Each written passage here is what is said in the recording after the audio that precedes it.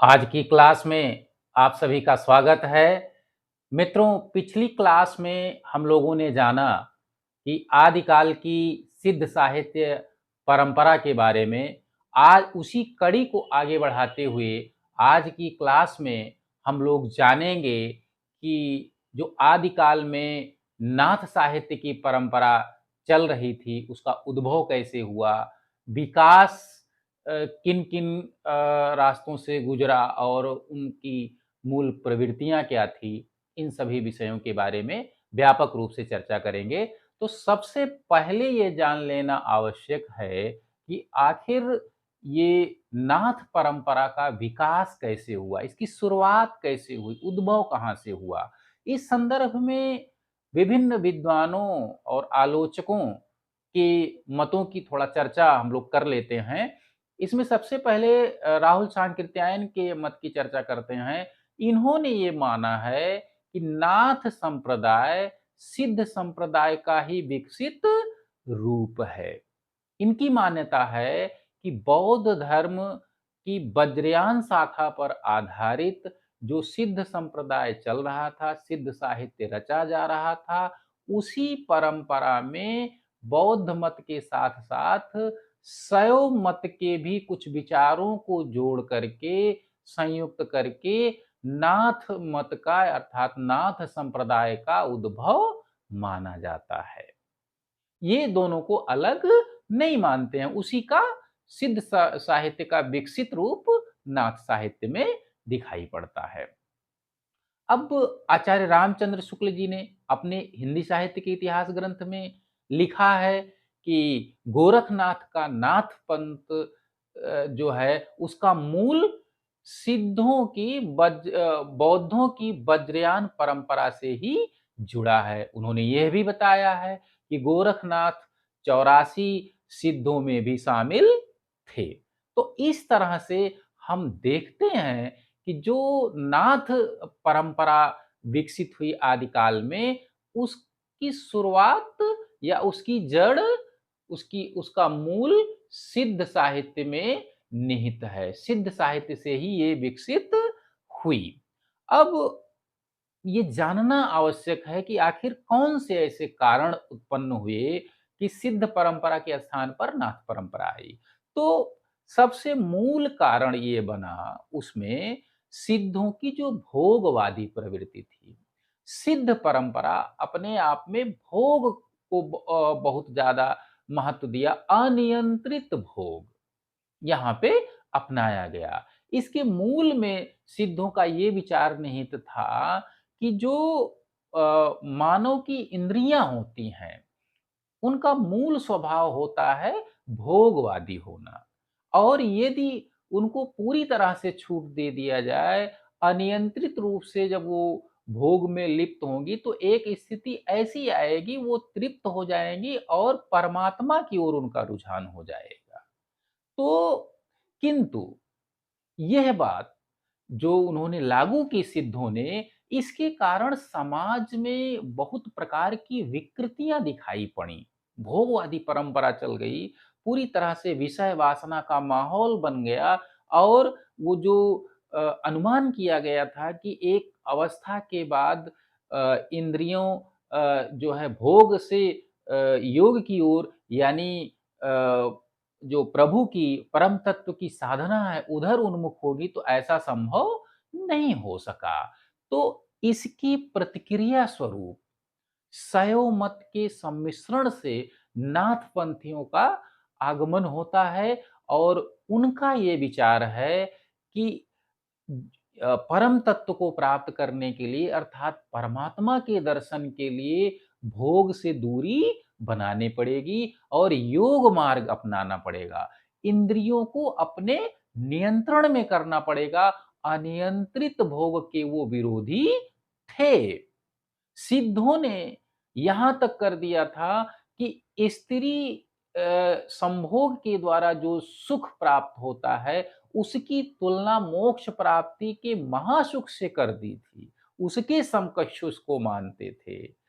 किंतु जो नाथ थे, उन्होंने इसका विरोध किया। उन्होंने कहा कि परमात्मा की प्राप्ति के लिए हमें भोग मार्ग को छोड़ करके, भोग मार्ग में प्रवृत्ति को छोड़ करके उससे निवृत्ति का मार्ग अपनाना पड़ेगा, अर्थात इंद्रियों को अपने बस में, अपने संयम में करना पड़ेगा। यह विचारधारा उन्होंने शुरू किया।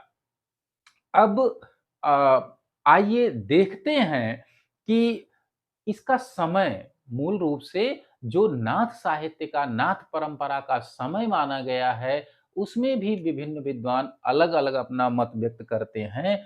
तो सबसे पहले डॉक्टर राम कुमार वर्मा का मत हम जानते हैं। राम कुमार वर्मा,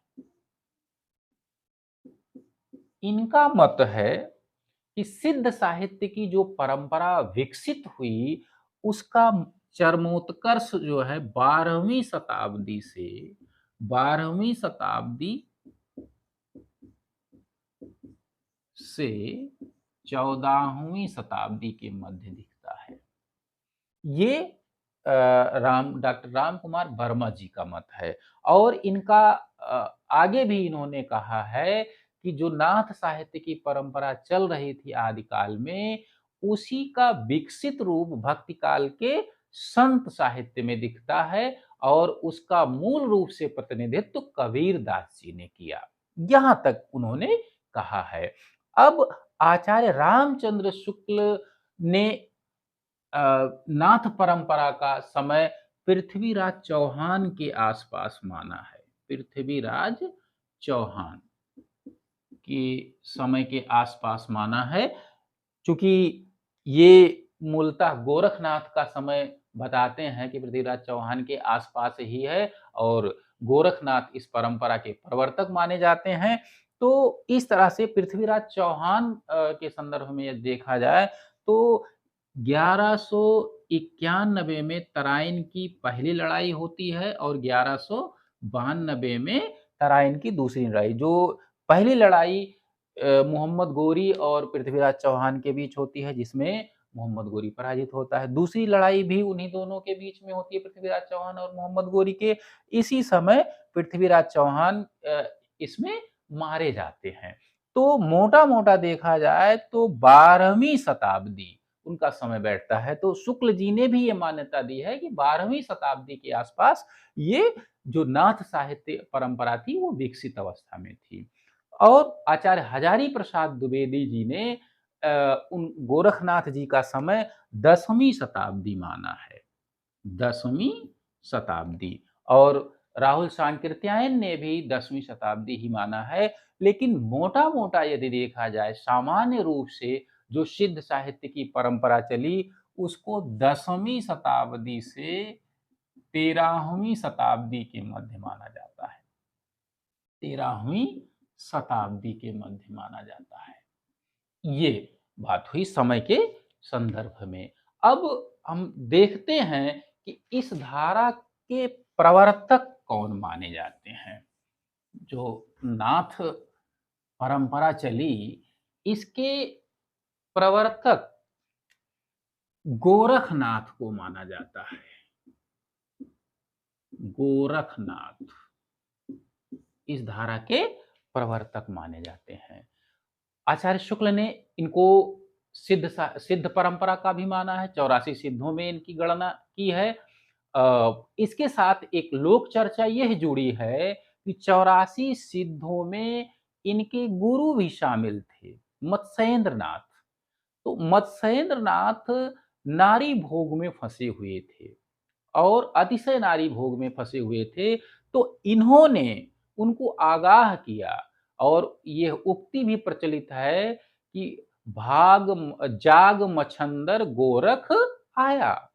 इस उक्ति के माध्यम से उनको जागृत किया और भोग मार्ग से योग मार्ग की ओर प्रवृत्त किया, अर्थात उनको मुक्ति दिलाया। इसीलिए नाथ नाथ का अर्थ भी होता है मुक्ति दिलाने वाला, मुक्ति दाता या मुक्ति दिलाने वाला। तभी से इसी कारण ये नाथ संप्रदाय कहा गया इसको। तो मुक्ति दिलाया और उस तरह से गोरखनाथ को इस नाथ परंपरा का प्रवर्तक माना जाता है। अब आगे देखते हैं इनका समय। इनके जीवन वृत्ति के बारे में बच्चन सिंह जी ने अपने प्रसिद्ध ग्रंथ हिंदी साहित्य का दूसरा इतिहास में लिखा है कि इनके संदर्भ में यानी गोरखनाथ के संदर्भ में इतिहास में कोई भी वृत्त प्रामाणिक रूप से उपलब्ध नहीं है, न इनकी जन्म तिथि के संदर्भ में, न मृत्यु तिथि, न जन्म स्थान के संदर्भ में। और साथ में कई ग्रंथ इनके नाम से जो संस्कृत ग्रंथ प्रकाशित हुए हैं उनकी भी प्रामाणिकता संदिग्ध है, अर्थात उनको भी प्रामाणिक नहीं माना जा सकता। किंतु एक लोक प्रमाण की दृष्टि से लोक द्वारा ये प्रमाणित ऐतिहासिक महापुरुष के रूप में दर्ज हैं। भले ही ऐतिहासिक प्रमाण ना मिले हों पूर्ण सबलता के साथ, किंतु लोक के द्वारा इन्हों प्रमाण मिला हुआ है।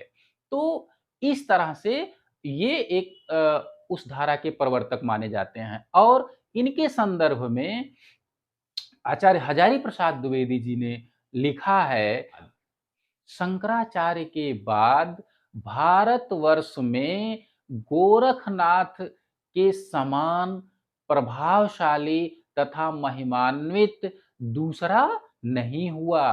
भारतवर्ष के कोने कोने में आज भी इनके अनुयायी मिल जाते हैं। भक्ति काल के पूर्व सबसे शक्तिशाली जो धार्मिक आंदोलन था वो गोरखनाथ था। गोरखनाथ का नाथ संप्रदाय था और गोरखनाथ अपने समय के सबसे बड़े नेता थे, ऐसा उन्होंने लिखा है हजारी प्रसाद द्विवेदी जी ने गोरखनाथ जी के बारे में। आइए हम जानते हैं इनके गुरु का नाम, क्योंकि मैंने चर्चा किया था पहले ही कर दिया कि इनके गुरु मत्स्येंद्र नाथ माने जाते हैं। मत्स्येंद्र नाथ कई बार पूछा गया है परीक्षाओं में, और मत्स्येंद्र नाथ के गुरु हैं, गुरु माने जाते हैं जलंधर नाथ, इनको भी पूछा गया है। तो इस तरह से ये नाथ संप्रदाय में गुरु की परंपरा चली। अब जानते हैं कि गोरखनाथ की रचनाएं, क्योंकि कई बार परीक्षाओं में ये पूछा गया है, गोरखनाथ की विभिन्न विद्वानों के द्वारा 40 रचनाओं का जिक्र किया जाता है। इन्होंने 40 रचनाएं की ऐसा माना जाता है। किंतु एक नाम आता है इनके संदर्भ में, डॉक्टर पीतांबर दत्त बड़थवाल। पीतांबर दत्त बड़थवाल,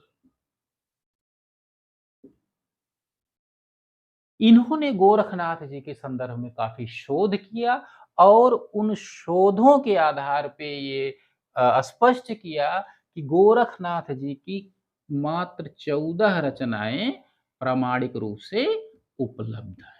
केवल 14 रचनाएं हैं जो प्रामाणिक रूप से उपलब्ध हैं। कई बार पूछा भी गया है परीक्षाओं में। उसमें प्रमुख हैं, सबसे प्रामाणिक है सबदी, और हैं पद, प्राण संकली, प्राण संकली, शिष्यादर्शन, शिष्यादर्शन, पंचमात्रा, पंचमात्रा, नरवय बोध, आत्मबोध आदि, ये रचनाएं हैं। और इसमें जो है सबदी जो है सबसे महत्वपूर्ण मानी जाती है, प्रामाणिक मानी जाती है। अब एक बात और महत्वपूर्ण है इनके साथ, पीतांबर दत्त बड़थवाल ने गोरखनाथ जी की रचनाओं का संकलन किया गोरख बानी नाम से, बहुत इंपॉर्टेंट है, गोरख बानी नाम से, और इसका प्रकाशन हुआ सन 1930 में। प्रकाशन वर्ष भी काफी महत्वपूर्ण है, 1930 में इसका प्रकाशन हुआ। अन्य विद्वानों ने जैसे आचार्य प्रसाद द्विवेदी जी ने इनकी 28 रचनाओं को माना है, 28 रचनाएं।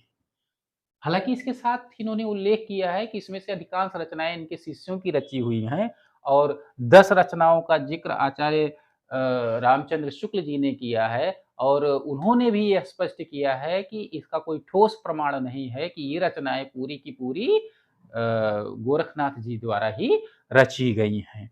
ये चीज़ है इनकी रचनाओं के संदर्भ में। ख़ास करके इनकी रचनाओं में जो गोरखनाथ जी की रचनाएँ हैं, उसमें उसका मूल विषय क्या-क्या है? मूल विषय जो उसका है, उस पे हम लोग चर्चा कर लेते हैं। उस पे इन्होंने मूल रूप से अपनी रचनाओं में जो दिखाया है, वो है इंद्रिय निग्रह। इंद्रिय निग्रह, गुरु महत्व, गुरु महत्व, प्राण साधना, कुंडलिनी जागरण,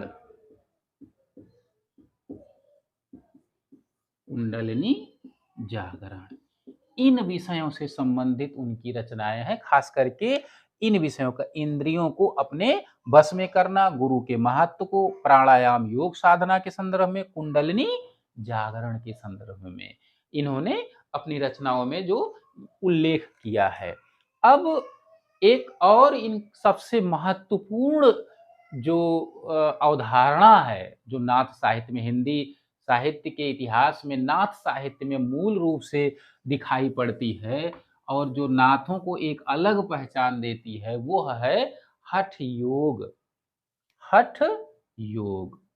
इसके प्रवर्तक खास करके हिंदी साहित्य में हालाँकि हठ योग की परंपरा थोड़ी बहुत वहाँ भी दिखती है सिद्धों में भी, किंतु मूल रूप से जो विकास दिखाई पड़ता है, वो गोरखनाथ जी में दिखाई पड़ता है।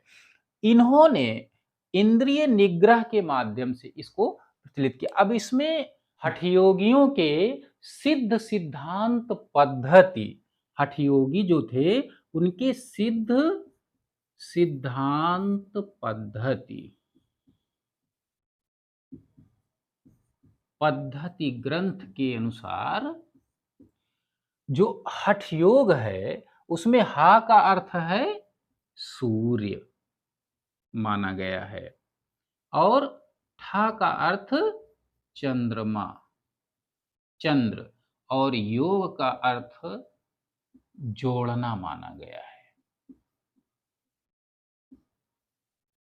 ये अर्थ माना गया है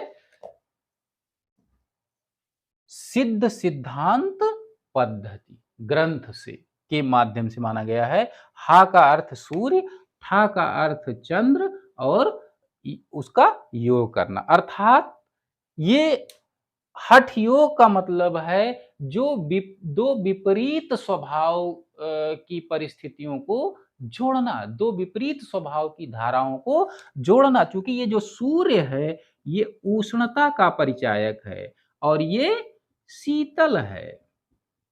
चंद्रमा का स्वभाव जो है वो शीतलता का परिचायक है, शीतलता। यानी जो हमारी इंद्रियां हैं विभिन्न प्रकार की, उनके मूल स्वभाव को बदल देना, पलट देना, इंद्रियों के स्वभाव को पलट देना, स्वभाव को पलट देना। देखा जाए तो इंद्रियों का जो मूल स्वभाव होता है, वो अक्सर भोग की ओर झुकता है, भोग की ओर जाता है। अगर हम देखते हैं कि छोड़ देते हैं अनियंत्रित रूप से इंद्रियों को, तो हमारा मन संसार की जितनी बुराइयां हैं, उसमें सबसे ज़्यादा लगता है। जैसे चाहे मुद्रा हो, यानी पैसे में, शराब हो, मदिरा, और मैथुन हो, सेक्स, इन सब चीज़ों में ज़्यादा भगता है। तो हठ योग के माध्यम से उन्होंने एक बताया, गोरखनाथ जी का जो मार्ग था कि जो मूल प्रवृत्तियाँ हैं इंद्रियों की, उसको बदला जा सकता है। और इसी के साथ-साथ एक कुंडलिनी का कॉन्सेप्ट दिया, कुंडलिनी की अवधारणा। इनका एक सिद्धांत का इनका मूल है एक चीज़ और इन्होंने दिया, ज्वै ज्वै पिंडे स्वै ब्रह्मांडे। जोई जोई पिंडे सोई ब्रह्मांडे।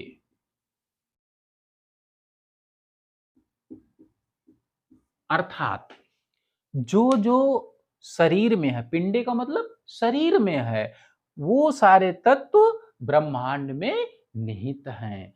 ब्रह्मांड में एक ब्रह्मांड की जो चेतना है, चेतना प्रदान करने वाली जो शक्ति है, उसको महाकुंडलिनी कहा गया है। और उसी का अंश प्रत्येक प्राणी में यानी मानव में भी निहित होता है, जिसको कुंडलिनी कहते हैं। कुंडलिनी। और योग, हठ योग में इसी कुंडलिनी जागरण की बात स्पष्ट की गई है। कुंडलिनी जागरण और षटचक्र भेदन। वास्तव में कुंडलिनी का स्थान हमारे शरीर में माना गया है नाभि के नीचे और गुदा द्वार के ऊपर, यानी उस स्थान पे है। और सामान्य स्थिति में इसकी गति अधोगामी होती है, अर्थात ये नीचे की ओर गति करती है सामान्य स्थितियों में। और इसी कारण इंद्रियां जो है अनियंत्रित भोग की ओर मुखर होती हैं, प्रवाहित होती हैं। किंतु जब हठ योग की परंपरा के द्वारा कुंडलिनी को जागृत अवस्था में कर दिया जाता है, तो उसकी जो गति है अधोगामी से ऊर्ध्वगामी यानी ऊपर की ओर हो जाती है। तो हमारे शरीर में 6 प्रकार के चक्र बताए गए हैं, विभिन्न रास्तों से होते हुए 6 चक्रों को भेदते हुए अंत में जो सहस्त्रार चक्र होता है, जहां पे ये माना जाता है कि ब्रह्म का निवास होता है, वहां जब कुंडलिनी पहुंचती है तो साधक सिद्धावस्था को प्राप्त होता है और उसका परमात्मा से मिलन होता है। तो यह कॉन्सेप्ट हठ योग की परंपरा में दिया गया है कि षटचक्र भेदन के द्वारा हम उस सिद्धि को प्राप्त कर सकते हैं, जो हमारा मूल मंतव्य है। ये जो हठ योग परंपरा है वो नाथ पंथियों की साधना पद्धति में मूल रूप से पाई जाती है। अब आगे हम लोग ये जानते हैं कि नाथों की संख्या कितनी थी। इस पे भी बार बार प्रश्न पूछा गया है कि नाथ कितने थे। नाथों की संख्या मूल रूप से 9 मानी गई है। 9 मानी गई है। और जैसे सिद्धों की संख्या 84 मानी गई है, वैसे नाथों की संख्या 9 मानी गई है। हालांकि इसमें इन 9 नाथों में से कई ऐसे हैं जो सिद्धों में भी इनकी गिनती होती है, बाद में वो नाथ संप्रदाय में आ गए। और इन 9 नाथों का जिक्र आचार्य रामचंद्र शुक्ल ने अपने हिंदी साहित्य के इतिहास ग्रंथ में किया है, और उन्होंने आधार दिखाया है गोरक्ष सिद्धांत संग्रह ग्रंथ का। गोरक्ष सिद्धांत संग्रह ग्रंथ के आधार पे उन्होंने बताया है, और 9 नाथों का नाम उन्होंने दिया है, जिसमें प्रमुख हैं नागार्जुन, जड़ भरत, चरपटीनाथ, भीमनाथ, सत्यनाथ, गोरखनाथ इत्यादि। इन नामों को उन्होंने गिनाया है अपने इतिहास ग्रंथ में। आइए अब हम नाथ साहित्य की प्रमुख प्रवृत्तियों और उसकी विशेषताओं पर चर्चा कर लेते हैं कि किन किन विशेषताओं को ग्रहण करते हुए नाथ साहित्य आगे बढ़ा।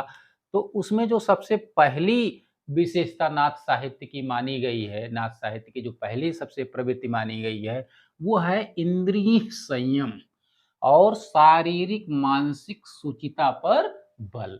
यानी जो हमारी इंद्रियां हैं उन पर संयम बरतना, उनको नियंत्रित करना, और शारीरिक और मानसिक रूप से पवित्रता पर बल देना, आचरण की पवित्रता पर, चरित्रगत पवित्रता पर बल देना। जबकि सिद्ध भोग मार्गी थे।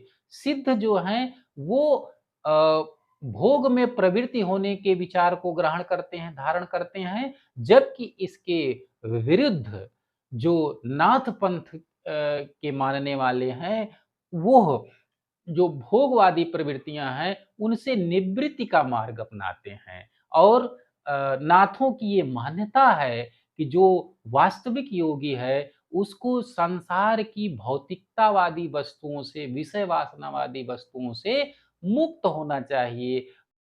मत्स्येंद्र नाथ जी ने लिखा है, जोगी सोई जानिए जगते रहे उदास। जोगी सोई जानिए जगते रहे उदास, तत् निरंजन पाइए कहाँ मच्छंदर नाथ। अर्थात मत्स्येंद्र नाथ जी ने कहा है, लिखा है कि जोगी को, अर्थात जो योग धारण करने वाला व्यक्ति है, उसको सांसारिक माया मोह भौतिकता से विमुख होना चाहिए, उसमें उससे निवृत्त होना चाहिए, प्रवृत्त नहीं होना चाहिए। गोरखनाथ जी ने भी उल्लेख किया है, लिखा है, नौलख पातरी आगे नाचे पीछे सहज अखाड़ा। नौलख पातरी आगे नाचे पीछे सहज अखाड़ा, ऐसो मन लय जोगी खेलें तब अंतरी बसे भंडारा। अर्थात जो सिद्धों की नारी भोग की चेतना थी उसके विरोध में इन्होंने लिखा कि योगी को इस प्रकार होना चाहिए, इतना धैर्यवान और इतना केंद्रित होना चाहिए, इतना सिद्ध होना चाहिए, साधना से युक्त होना चाहिए कि उसके सामने अनगिनत संख्या में, पातरी का मतलब 9 लाख पातरी, 9 लाख की संख्या में, पातरी का मतलब यहाँ वेश्याओं से हैं, वेश्याएं आगे आपके नाच रही हैं। अर्थात विषय वासना के तमाम संसाधन होते हुए भी उनके प्रति मन में विचलन का भाव ना आए, तो वास्तविक योगी वो है। अर्थात इस तरह से अपने साधना मार्ग को मजबूती प्रदान करने का ये संदेश देते हैं। तो आगे जो अगली जो विशेषता है नाथ साहित्य की, वो हठ योग की साधना पद्धति। इस पे हम लोगों ने विस्तार से चर्चा कर लिया कि हठ योग यानी इंद्रियों, हठ योग पद्धति के माध्यम से इंद्रियों की जो भोगवादी प्रवृत्ति है उसको समाप्त करके योग मार्ग पर, आत्म संयम और नियंत्रण के मार्ग पर आगे बढ़ाते हुए सिद्ध की प्राप्ति की का प्रयास किया जाता है इसके माध्यम से। अगली जो विशेषता है, गुरु महिमा का वर्णन। नाथों ने गुरु की महिमा का भी काफी बखान किया है, काफी व्यापक स्थान दिया है। अब अगला जो महत्वपूर्ण विशेषता है, अगली जो प्रवृत्ति है, वो है वर्ण व्यवस्था तथा जाति प्रथा पर प्रहार। वर्ण व्यवस्था, क्योंकि सिद्धों ने भी इसका विरोध किया था, समानता पर बल दिया था, उसी तरह से नाथों ने भी इस परम इस व्यवस्था का खंडन किया और जाति प्रथा का खंडन किया, और समाज में जो व्यक्ति विभिन्न संप्रदायों के व्यक्तियों में समानता की बात की। और अगली जो विशेषता है वो है ब्राह्मणवाद, पाखंडवाद, अंधविश्वासों का विरोध। जो समाज में पाखंडवाद, अंधविश्वास और ब्राह्मणवादी यानी अलोकतांत्रिक जो प्रवृत्तियां समाज में व्याप्त थीं, अप्रगतिशील जितनी भी धारणाएं व्याप्त थीं, उनका इन्होंने तीव्र विरोध किया, खंडन किया। अब अगला आता है संधा भाषा शैली का प्रयोग। मूल रूप से जो नाथों की भाषा बताई गई है, राजस्थानी मिश्रित खड़ी बोली मानी गई है, क्योंकि ये पश्चिमी क्षेत्र में निवास करते थे और इसलिए जो पश्चिम की राजस्थानी है, पंजाबी है इत्यादि भाषाएं खड़ी बोली में मिक्स होकर के उनकी मूल भाषा है। किंतु एक विशेष प्रकार की जो शैली है निर्मित हुई है, वो सिद्ध परंपरा में भी पाई जाती है और यहाँ नाथ परंपरा में भी दिखाई देती है, संधा भाषा शैली। यहाँ पर इस भाषा शैली में जो साधक है वो अपनी अंतसाधनात्मक अनुभूतियों को प्रतीकों के माध्यम से व्यक्त करता है, और जब प्रतीक खुलते हैं तभी उनका अर्थ क्लियर होता। जैसे गोरखनाथ जी ने लिखा है, नाथ बोले अमृत बानी, बरसेगी कम्बली भीजेगा पानी। यानी व्यंग्यात्मक ढंग से अपनी बात को प्रतीकात्मक ढंग से इस भाषा में लिखा जाता है। सिद्धों ने इसका प्रयोग किया, नाथों ने प्रयोग किया ही किया, आगे चल कर के कबीरदास जी ने में भी ये उलट बांसियों के रूप में ये भाषा शैली दिखाई पड़ती है। सूरदास जी में दृष्टिकूट पदों में भी कुछ मात्रा में ये दिखाई पड़ती है। और छंदों का इन्होंने जो प्रयोग किया वो है दोहा, छंद, सोरठा और रोला। मुख्य रूप से इन 3 छंदों का प्रयोग इन्होंने किया। अब ये तो हो गई नाथ परंपरा की प्रवृत्तियां, विशेषताएं। इस परंपरा की कुछ कमियां भी हैं, सीमाएं भी हैं। गृहस्थ जीवन का इन्होंने और नारी जीवन का अवमूल्यन दिखाई पड़ता है। अर्थात नारी को केंद्र से एकदम हटा दिया, उपेक्षित कर दिया, इसलिए उनका समाज में महत्व भी घट गया और गृहस्थ जीवन को त्याग करके लोग योग मार्ग की ओर प्रवृत्त होने लगे। तो ये इसकी बड़ी सीमा है। आगे 60 में चर्चा कर लेते हैं कि हिंदी साहित्य को, कई बार पूछा जाता है एग्जाम में कि हिंदी साहित्य के विकास में नाथ परंपरा का योगदान। तो एक रूप में देखा जाता है कि जो इंद्रिय संयम, शारीरिक मानसिक शुचिता पर इन्होंने बल दिया, आगे चल करके और ये हठयोग की परंपरा काव्य में संत काव्य में अच्छे प्रकार से दिखाई पड़ती है। और इंद्रिय संयम, शारीरिक मानसिक शुचिता, सगुण मार्गी और निर्गुण मार्गी दोनों संत कवियों, भक्त कवियों ने स्थान दिया है। गुरु महिमा का पूरी भक्ति साहित्य में रीतिकाल आज तक भी गुरु महिमा का वर्णन लगभग किया जाता है। तो यह भी देन उधरी सी है। वर्ण व्यवस्था था, जात प्रथा, जो संत संप्रदाय, संत काव्य में भक्ति काल के दिखाई पड़ता है, उसका बीज तत्व सिद्धों और नाथों में दिखाई पड़ता है, जो वर्ण व्यवस्था और जाति व्यवस्था पर प्रहार है। और ये अंधविश्वास, पाखंडवाद, ब्राह्मणवाद पे जो खंडन किया था, प्रहार किया था नाथों ने, उसका भी विकास संत धारा में दिखाई पड़ता है। अच्छे से संध्या भाषा शैली पे चर्चा हो ही गई, उलटवासियों के रूप में दिखाई पड़ता है। दोहा, साखी लिखा ही है कबीरदास जी ने। सोरठा और रोला छंद का प्रयोग आगे विकास हुआ। तो ये इस तरह से नाथ परंपरा का हिंदी साहित्य के विकास में इस तरह से योगदान है।